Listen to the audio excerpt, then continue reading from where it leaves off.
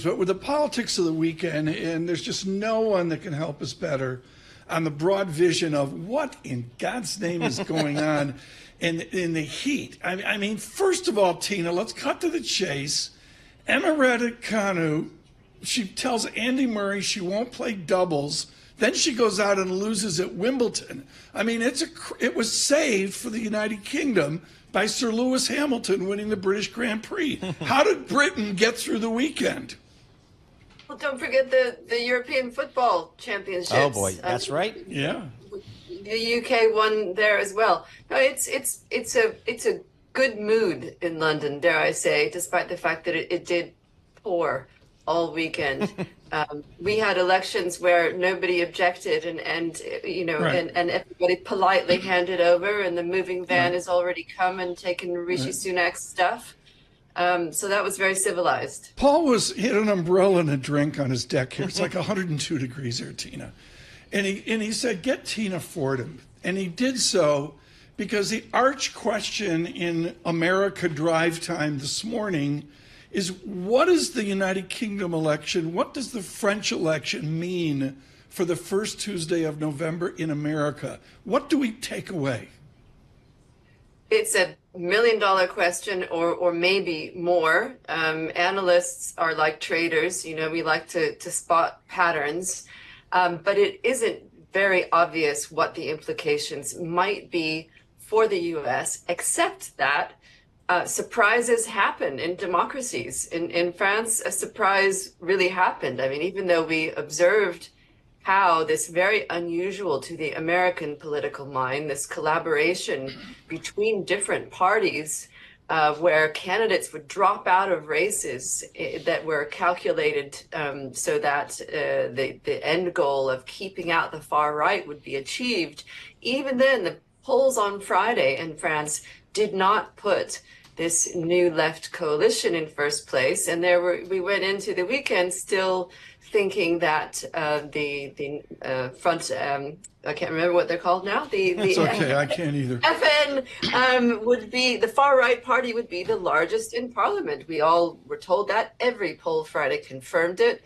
And that didn't happen. They ended up third. So first takeaway is your regular public service reminder, without slacking off pollsters, that polls are imperfect.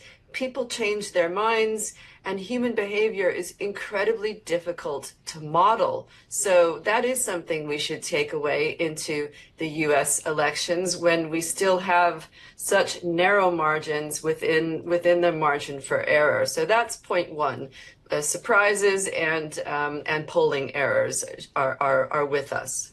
Tina, given the elections both in the UK and in France, what does it mean for the UK and the European Union in terms of their relationship? Can they be closer together, or is Brexit still, I guess, kind of the issue for the two entities? Well, Brexit was the word that dare not speak its name during the campaign. Keir Starmer, now the Prime Minister, did not actively campaign on reversing Brexit or anything like it. In fact, he said the day before Britain went to the polls that he didn't foresee that the UK would return to being a member of the European Union in his lifetime, thereby crushing the hopes of many, given just what a negative impact it's had on the UK economy and everything else. But in the first hours and days of the Starmer government taking over, we've seen some very positive noises about strengthening ties, about a defense pact. New Foreign Minister David Lammy went to Germany first. That was a clear signal, followed by Poland and Sweden, also very much with the NATO summit in mind. So the energy that this new British government is projecting is very much about strengthening the UK's relationship with its allies in the EU and in the United States. So in the UK right now, what is the to-do list for this new government? Is it simply to project stability, or are there certainly some things they want to get done here? Well, as is usually the case, of course, in national elections, the focus was very domestic. It's the first UK election that I can recall in my 22 years of being here where housing reform, reform to the planning process, was front and center, and also the UK's crumbling public services. These are in the top five concerns from British voters. So the new Chancellor of the Exchequer, the equivalent of Treasury Secretary Rachel Reeves, is talking a lot about delivering growth. But interestingly, for US political observers, one of the lessons that the Starmer team took away from Obamacare and from Biden's industrial policies was the observation that they, delivered positive results, but didn't get much credit from voters for it. So they've come out against what they call deliverism, which I think is going to be interesting to watch. One final question. Do you trust the polls in the United States of America?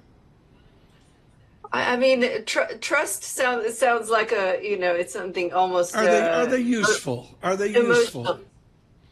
They are. Any pollster will tell you a poll is a snapshot, not a prediction.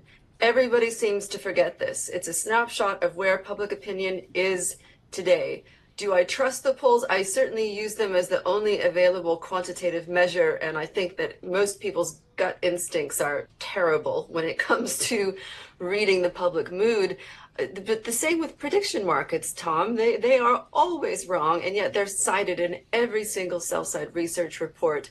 We're going to need to marshal as much data as we can, but I think we need to put it in historical context, and we need to think outside of the box when it comes to this U.S. election, because the playbook is going out the door. Tina, thank you. Tina Fordham, just excellent. Can't say enough about her. Fordham Global Foresight with Citigroup for years as well.